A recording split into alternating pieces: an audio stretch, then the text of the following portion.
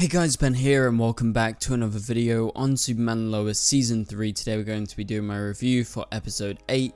So if you do go on to enjoy the video, please be sure to leave a like and a comment and subscribe and turn on notifications so you don't miss any future DCTV videos later this year. Okay, so this episode is titled Guess Who's Coming to Dinner.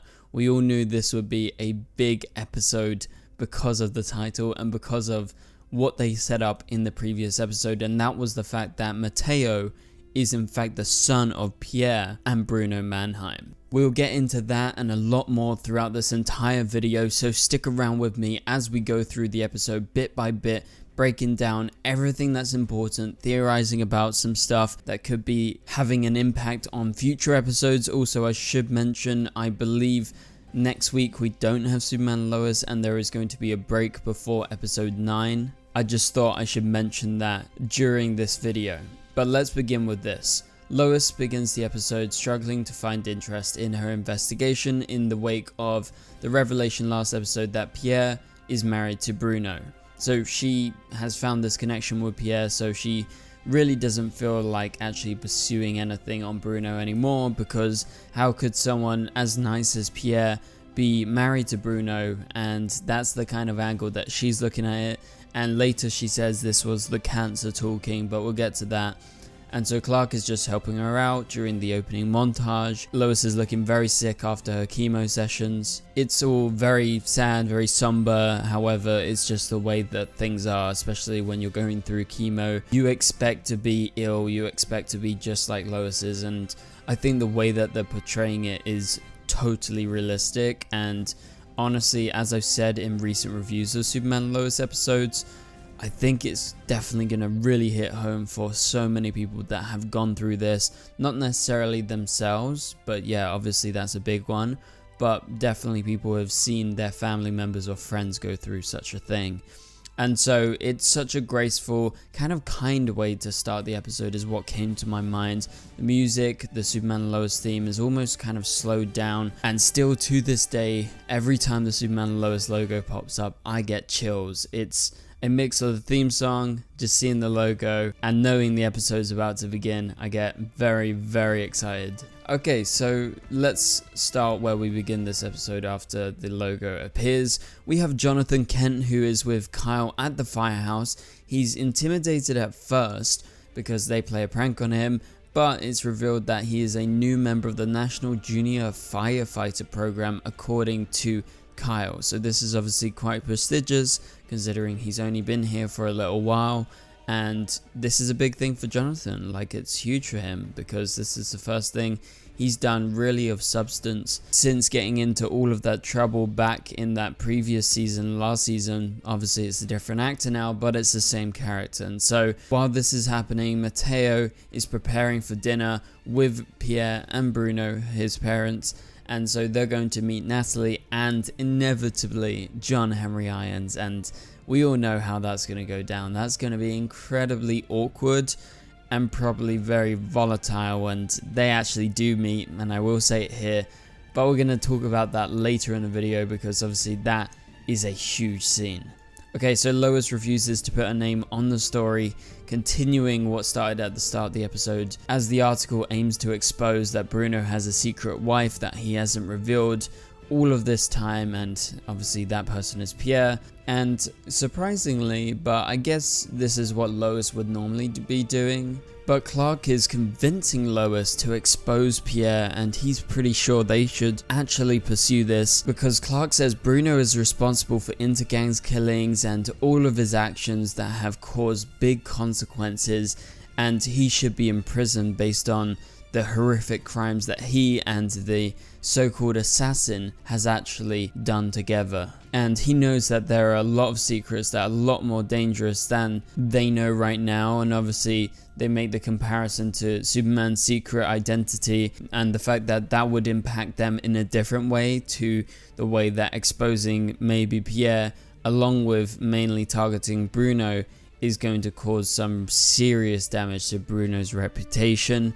And so let's move on from here because we have John Henry Irons, who drops off his daughter in Hobbs Bay obviously in Metropolis. No red flags are raised based on the area, considering that Lois is here and this is Bruno Mannheim's territory. But he seems to be fine. So he goes off, he meets his sister from this Earth. And so Natalie meets Bruno, who just sneakily reveals that he's had his eye on Smallville as of lately. It's been on his radar, and that's most likely because of what's been happening out of there, and the fact that Onomatopoeia had to go there in order to kill the ex-mayor of the town. And so Lana, in the meantime, drops off to invite Clark at the Smallville Gazette to a concert, but he refuses that because he has to look after Lois because she's been very ill recently. And so in this episode, Lana is just kind of going through it. She has a nice conversation with General Lane at one point in the diner, basically giving each other some life advice as General Lane misses out on his date. And so as Lana leaves the Smallville Gazette, Clark reveals to Chrissy that they should continue this investigation because I guess it's what Lois would like them to do, even though she doesn't know at this point. And so Clark and Chrissy fly off to Metropolis, which intercuts with a TV ad of Luthor Air. And this is with Lois watching, and her dad walks into the room and hands her a bunch of files, and these are all apparently from Diggle. Presumably he works with Argus on this Earth as well. I'm guessing that's how he got his hands on all of these files. And in the first place, Superman Lois's Diggle was the first person to warn John Henry that Bruno is around and still a threat. But Lois is totally uninterested still by the files and the case for now. But it's interesting the fact that Luthor even has an airline. Obviously he's still in prison as of right now. We're going to see him in the next couple of episodes, which I'm definitely looking forward to. I'm looking forward to the way that Michael Cudlitz plays Lex Luthor. They just keep on teasing us that he's going to come, but he hasn't arrived yet, but it's going to be great when he does show up. Okay, so there's an emergency at the fire station in Smallville, so Jonathan turns up to the scene where the building is on fire. There's a person left in there. Obviously all the firefighters are doing all their due diligence and trying to actually put out the flames sensibly and save any last people inside. But Jonathan is interrupted as he sees Jordan fly in from the sky, and he goes in, he saves that last person, and he leaves that person with Jonathan. And so everyone thinks Jonathan went in there, saved him, and was totally reckless. And so Kyle is mad that Jonathan could be a liability because of this reckless action that he supposedly did. Obviously we know that it was Jordan because we saw him come out. However, later in the episode it's revealed in a phone call with Kyle that apparently they suspect a super being or alien took out the fire because there's traces of ice, which obviously they didn't put because they just use water to put out fires. And so they're on to Jordan, which is, I think, an interesting twist on its own. But yeah, this is obviously not good for Jonathan at this point. We'll see how they take this next episode. So with Lois being more like herself, she encourages her dad to go out on this date, and she's like, we're gonna do this, I'm gonna do this case and get back to my normal ways. And so it's at this point that it's revealed that apparently Lex Luthor is the one who killed Moxie. And that is apparently according to a tape that was some sort of confession by Lex Luthor. But we all know, because in the previous episode we saw that Moxie, the old boss of Bruno Mannheim and also of Pierre, was actually killed by Pierre herself, Onomatopoeia. So we all pretty much knew at this point that the tape recording could be altered, and it turns out it was actually altered by Pierre based on the frequencies that they were somehow able to recreate Lex Luthor's voice, just like we saw a couple of episodes ago. They were able to recreate Lois's voice. In Smallville we have Clark and Chrissy questioning one of Pierre's friends from the chemo center. Obviously Clark has met her and talked to her many times before, but he is here in a journalist capacity. And so Bruno reminded apparently Pierre how to smile again, and the fact that they went to high school together but she went quiet for a while. Something definitely happened to her. That was the only odd thing that she pointed out. And so I'm pretty sure at this point that means she became a meta somehow, and I'm very interested to see how she got her powers, because we know she had her powers before she was truly involved with Bruno Mannheim and before she had or knew she had cancer. And so she was a Meta way before that, and I'm pretty sure that is the situation. Be interesting to see if they reveal the origins of her powers. So Natalie is having a great time with Matteo's family, that being of course Bruno and Pierre being his parents. And so Pierre suddenly out of nowhere vibrates the table by accident, and Bruno's like, okay, we should get you out of here, you're not well, but she doesn't want to leave.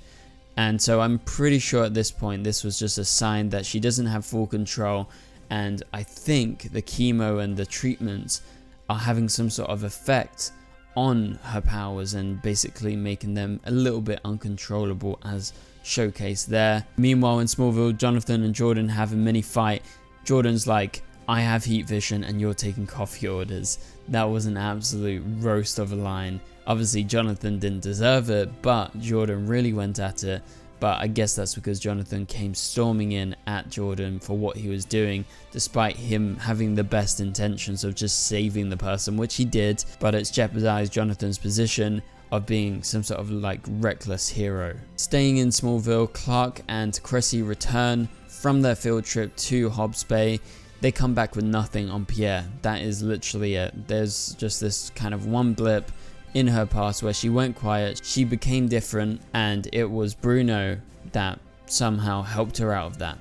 But Lois says that Bruno's secrets must be exposed, which is a big shift in tone from the start of the episode, because she was just totally against it because of her relationship.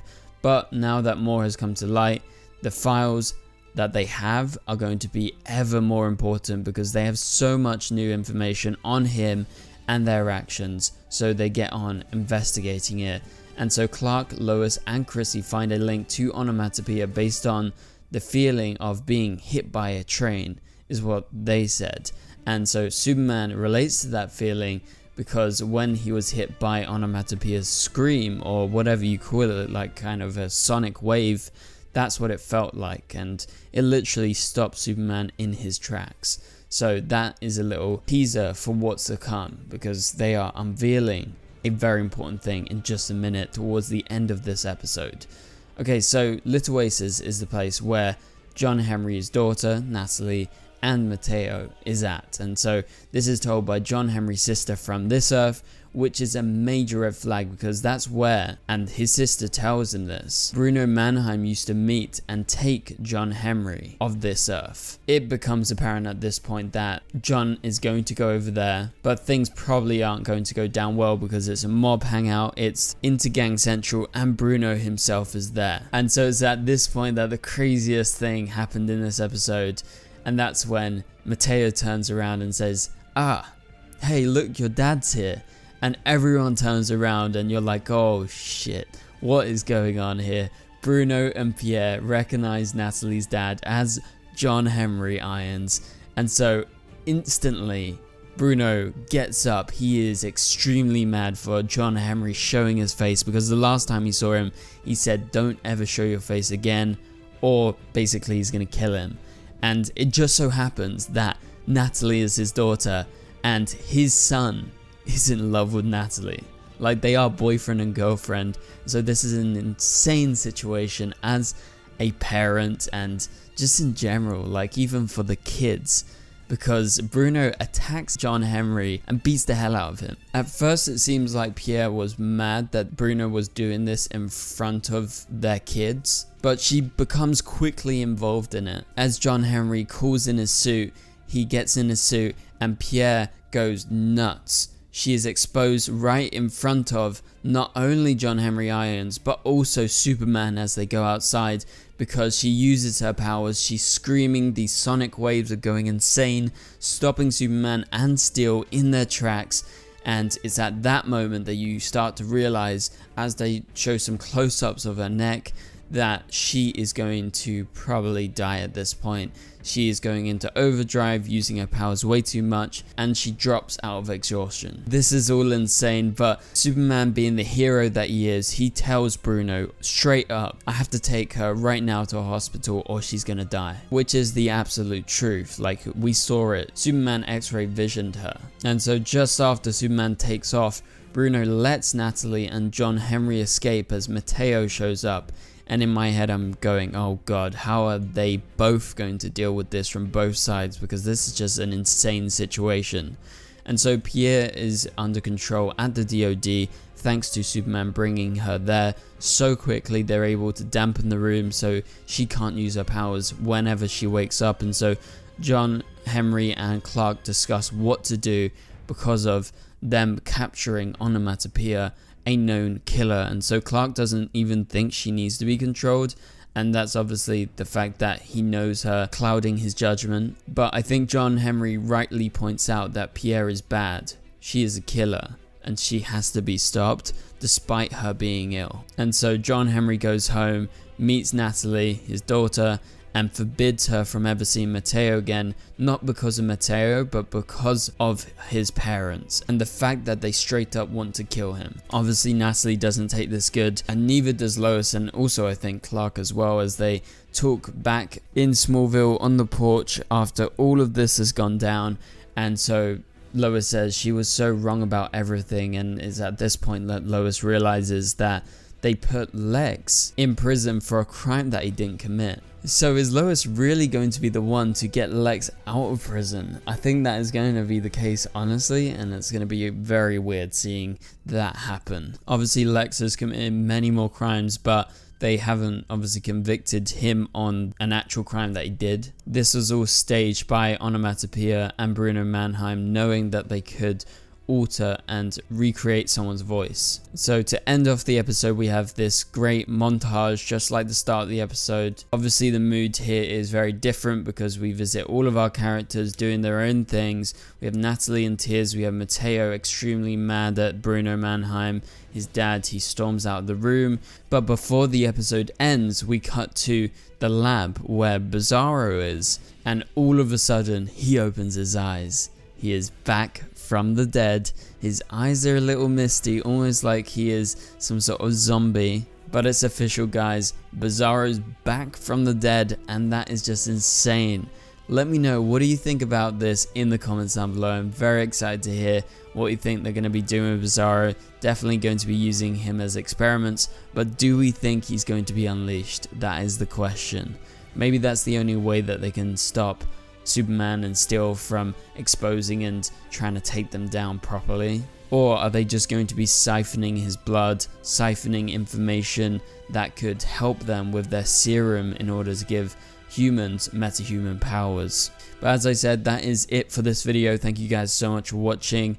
Thanks for the recent support on all my latest videos. If you enjoyed this one, please be sure to leave a like and a comment, and subscribe and turn on notifications so you don't miss any future videos. We're uploading daily right now, so go check out any videos on the channel if you're interested. Flash or Superman, Lois related, we have tons of content up. But for now, you can click on the top right corner of the screen to watch my latest video, and I will catch you guys later. Goodbye.